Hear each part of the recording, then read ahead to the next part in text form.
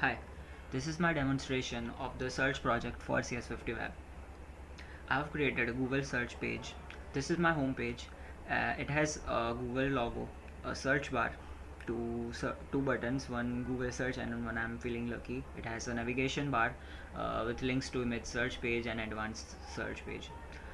To search, you just type in the query, let's say Harvard, and hit enter, and it will show you the results of Harvard University. To search for images, let's go to the image search page, and let's say we type cats, and it will show you all the images of the cats. For advanced search, you go to the advanced search page.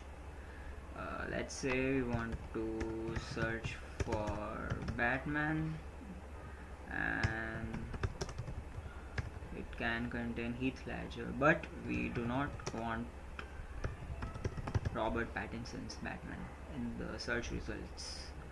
Let's see what we got. So these are the search results. It contains the words Batman. It won't contain any search results with the word Robert Pattinson. So this is the advanced search. All of the inputs in the advanced search are stacked vertically with the advanced search button at the bottom. It has the blue background, just like the own Google's advanced search. I've also implemented the I'm feeling lucky button. So what exactly is I'm feeling but lucky button? Let's say I type Harvard, and I know that I want to visit this first link that appears in the search results, harvard.edu, right?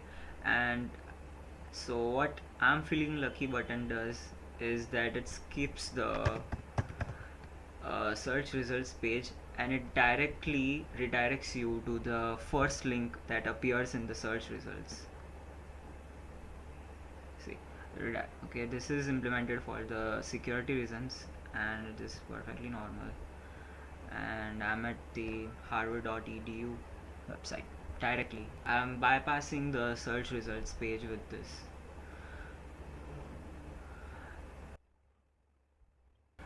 The CSS of my website and the design quietly resembles the